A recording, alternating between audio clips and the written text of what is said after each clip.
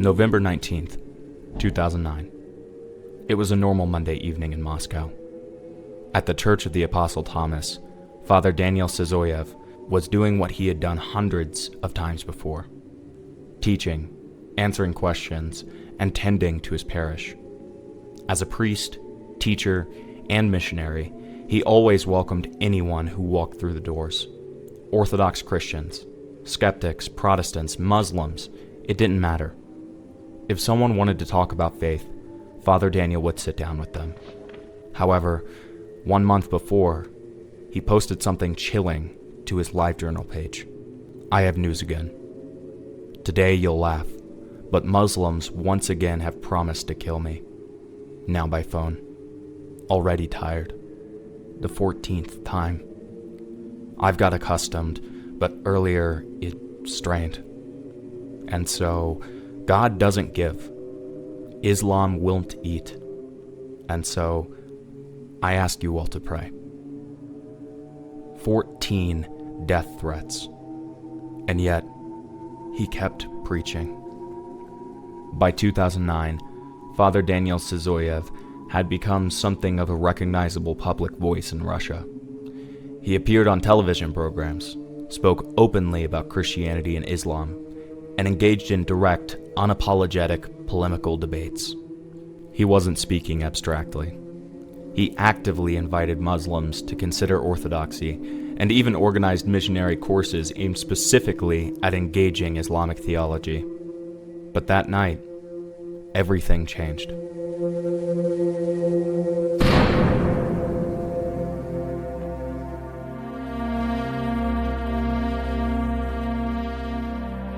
It was just after 11 p.m. The sanctuary was quiet.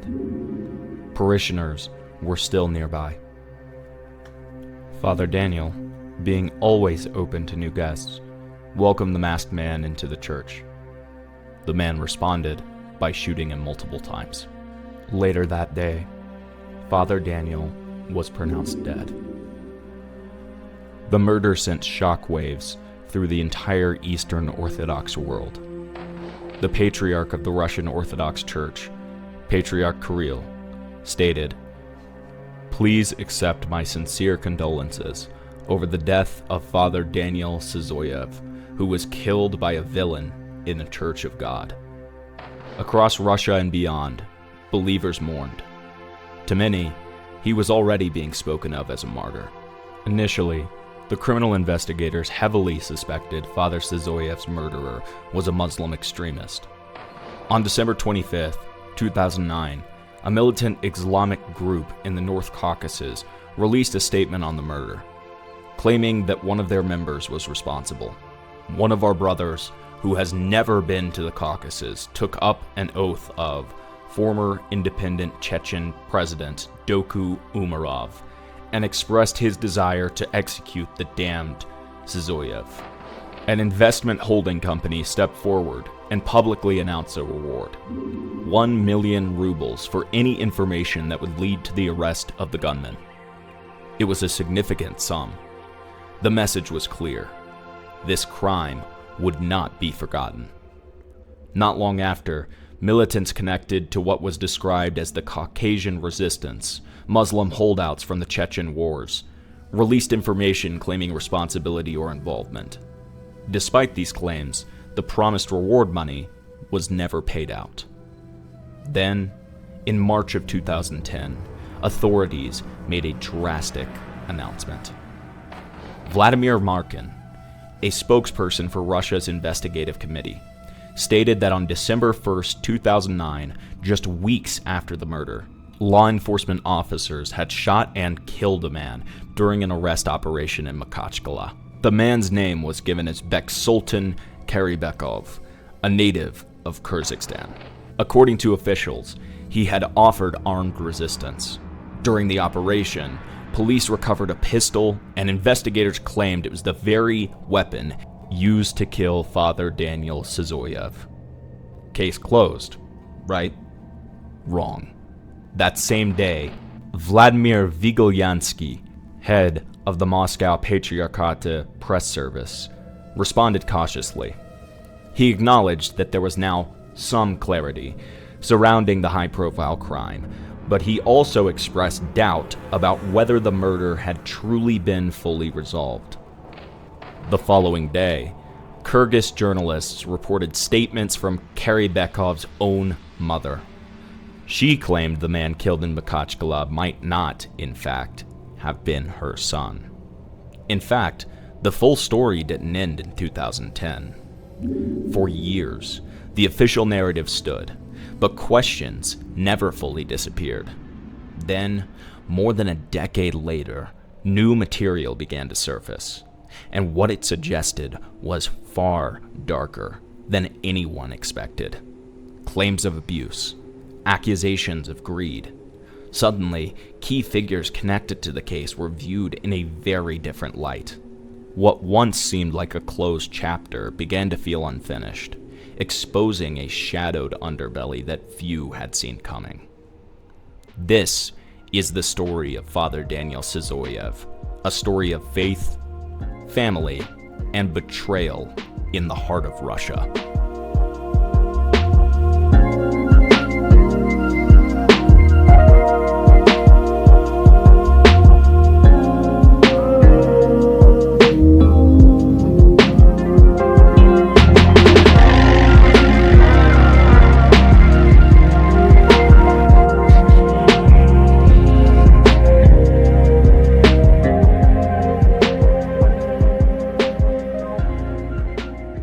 Part 1. A Grieved Family of a Saint. When Father Sysoev died, he had left behind his wife, Yulia, and 3 daughters, Justina, Dorothea, and Angelina. From the outside, they were the picture of a devoted Orthodox family. Photographs from that time show the girls in church, standing beside their father, dressed modestly, serious, composed. In interviews given shortly after his death, Yulia spoke about her husband's faith and his sense that one day he might be killed. He had allegedly told her he was preparing himself spiritually, that if something happened, he trusted that his family would be placed in safe hands. And for a while, the Orthodox world rallied around them. A charitable foundation bearing Father Daniel's name continued publishing his sermons and books. His lectures circulated widely. Discussions even began in some circles about possible canonization. Yet, family life was another story. 19 days after Father Daniel Sysoev was buried, his widow, Yulia, traveled to Israel with Sergei Nilovsky, the primary witness to her husband's murder. For the children, the timing was jarring. Justina would later recall her confusion. Her father had just been killed, and yet this new figure was already stepping into a central role, even leading the family home from the funeral. Less than a year later, in the summer of 2010, Yulia married Nilovsky. The ceremony was performed by the same priest who had officiated her wedding to Daniel, symbolically linking the two unions. Nilovsky was 28 at the time. He entered the household not gradually, but as a constant and assertive presence. He described himself as a former occultist who had left a sect and claimed expertise in neurolinguistic programming, a system he framed in therapeutic language. Critics, however, have characterized NLP differently. Medical anthropologist Jean M. Langford has described it as a form of folk magic, while anthropologist Ricky Bovjerg has categorized such techniques as a strain of New Age pseudotherapy. For the daughters, Nilovsky's arrival marked a turning point. Justina, then 14 and openly resistant to his authority, clashed with him frequently from the start. She later alleged that he blurred boundaries through grooming behaviors, such as taking her to clubs, pouring her alcohol despite her age, and engaging in inappropriate interactions. In her words, he communicated with her like she was his girlfriend, sharing explicit stories and attempting to build trust in ways that felt manipulative. She also described repeated insults about her appearance and intelligence, where he called her stupid, a nasty little girl, and a sinner, often with religious undertones. These were part of what she viewed as a broader pattern of control, humiliation, and psychological bullying that isolated her from the family, led her to slipping in school, and caused her to associate with a crowd of similarly neglected teenagers. Nilovsky controlled nearly everything in the household, starting with gifts and outings to restaurants, before shifting to dominance and isolation. In the months following the 2010 marriage, what appeared publicly as the rebuilding of a family became something far more complicated and troubling behind closed doors. The atmosphere inside the home grew increasingly volatile, with episodes of physical aggression becoming a constant presence.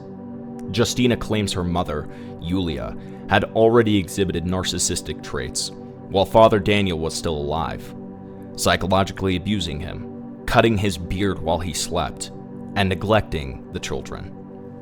By the time Nilovsky was in the picture, Yulia had gotten worse, gradually aligning herself with him. In Justina's telling, Yulia grew emotionally distant and inconsistent, favoring certain children as golden while treating others as scapegoats or invisible, withdrawing from confrontations rather than intervening, and even participating in the insults. Justina described Yulia as mocking her alongside Nilovsky, approving of his behaviors as showing the girls adult life and ignoring pleas for help. This dynamic left the daughters feeling abandoned, echoing the neglect they experienced in Father Daniel's final years when he avoided home due to Yulia's abuse and planned to divorce her shortly before his death. In 2011, at just 15 years old, Justina was sent alone to the United States, a decision she says was not presented as a choice, but as a means to isolate her further due to her resistance. With limited English and no secure immigration status, she entered a foreign country under the nominal care of a parishioner from her father's network. Within months, a social incident at a gathering drew police attention. Her undocumented status was uncovered, and federal authorities questioned her about possible exploitation or trafficking, suspecting coercion given her youth and circumstances. She was detained in an immigration facility for approximately 2 months, enduring harsh conditions before being deported back to Russia at 16. Justina maintains that her mother and Nilovsky were aware of her detention, but did not intervene or provide support, leaving her to navigate the ordeal alone. During this time, as Justina was away and then returned, Nilovsky's authority within the family intensified.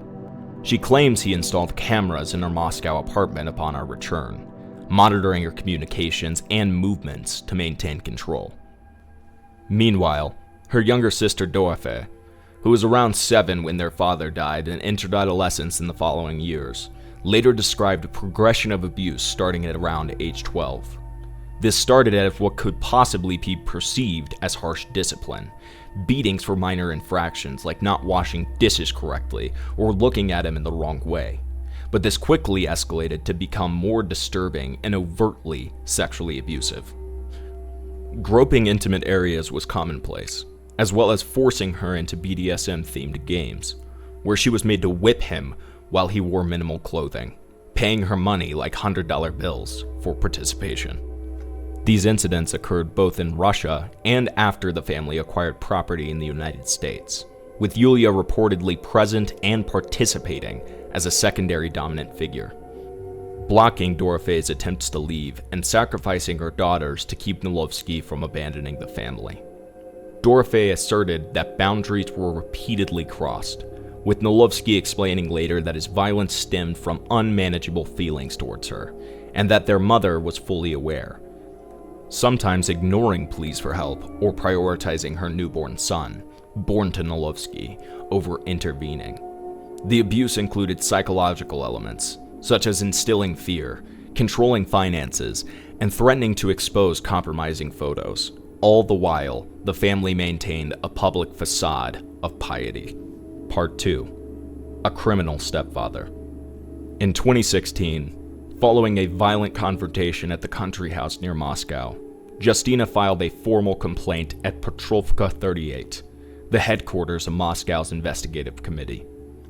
A criminal case was opened against Sergei Nilovsky on charges related to the corruption of minors, specifically pedophilia and abuse. Dorofei, then 14, provided detailed recorded testimony on camera, testifying to years of escalating misconduct that began around age 12.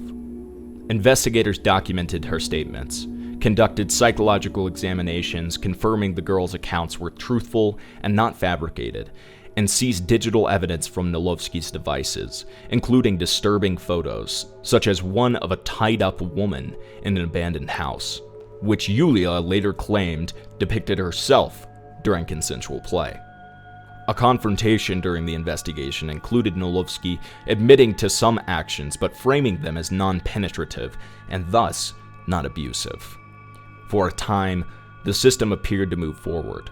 Nilovsky was detained and held in pretrial custody for nearly 2 years, from 2016 to 2018. But the case began to unravel under external and internal pressures. The sisters later claimed that C's correspondence suggested discussions of bribes to influence the proceedings. They also pointed to a network of influence surrounding the family. Nilovsky's relatives held positions in state institutions.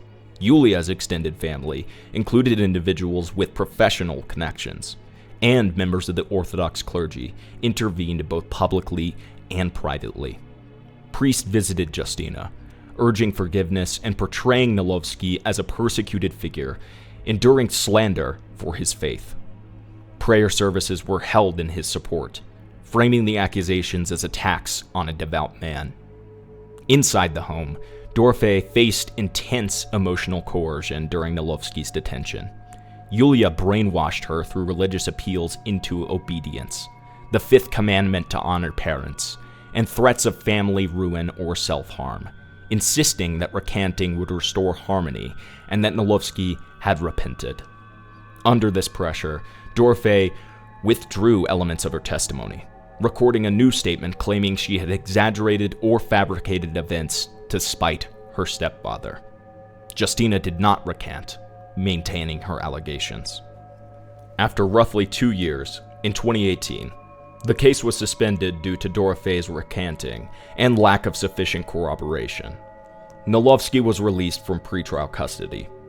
A travel restriction was reportedly imposed, yet authorities changed his pretrial measures retroactively, allowing him to flee Russia shortly after.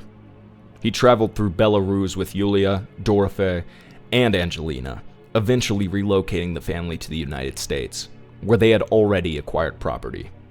Nilovsky was later placed on a federal wanted list in Russia, but enforcement stalled across jurisdictions, with no immediate extradition efforts.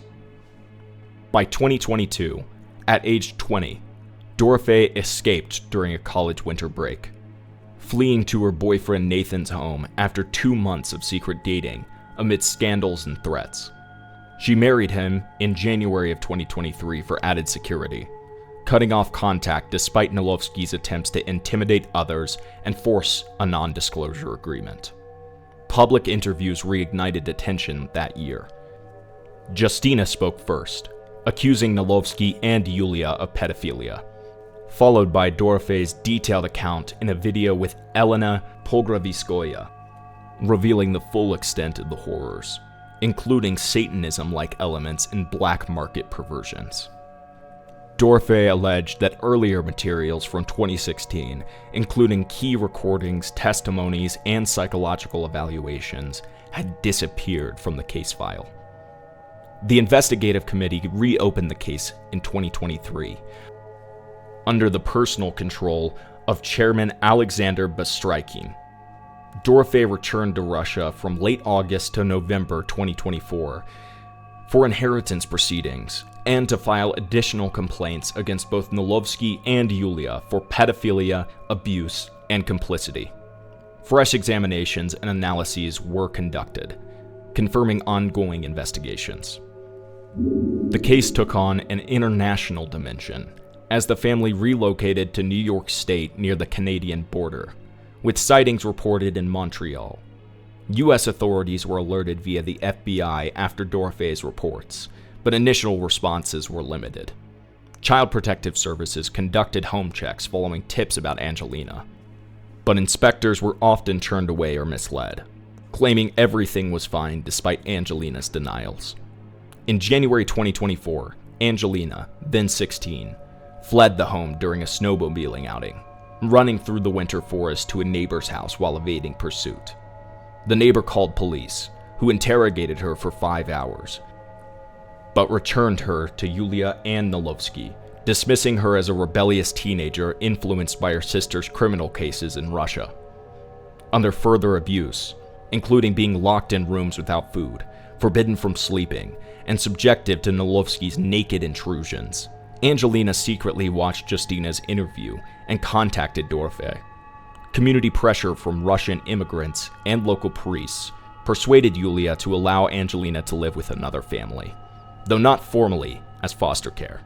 Yulia retains parental rights and has withheld documents, preventing Angelina's return to Russia. Justina is pursuing deprivation of Yulia's parental rights to facilitate this. Part 3. Were Yulia and Nilovsky involved in Father Sysoev's murder? One aspect of the original investigation into Father Daniel Sysoev's death has always seemed particular to those involved. Despite the hallmarks of a contract killing, including 14 documented death threats, mostly from individuals claiming to be Muslim extremists, no thorough searches occurred at the family home or Nilovsky's residence.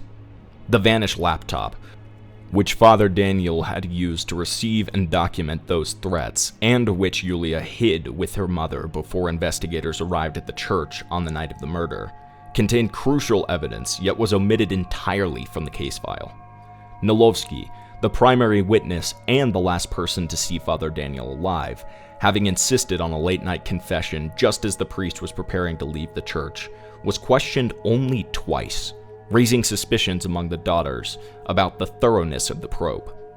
Justina later speculated that Nilovsky's involvement in the murder could not be ruled out, as he benefited directly. On the third day after the funeral, at the Church of the Apostle Thomas, he publicly announced that Yulia had transferred the copyrights of Father Daniel's work to him, allowing him to monetize the priest's legacy from the outset. This has been ZipGeist. If you have any other mysteries or obscurities you'd like to see covered, leave your suggestions in the comments. Thank you all for watching, and I hope you enjoy your day.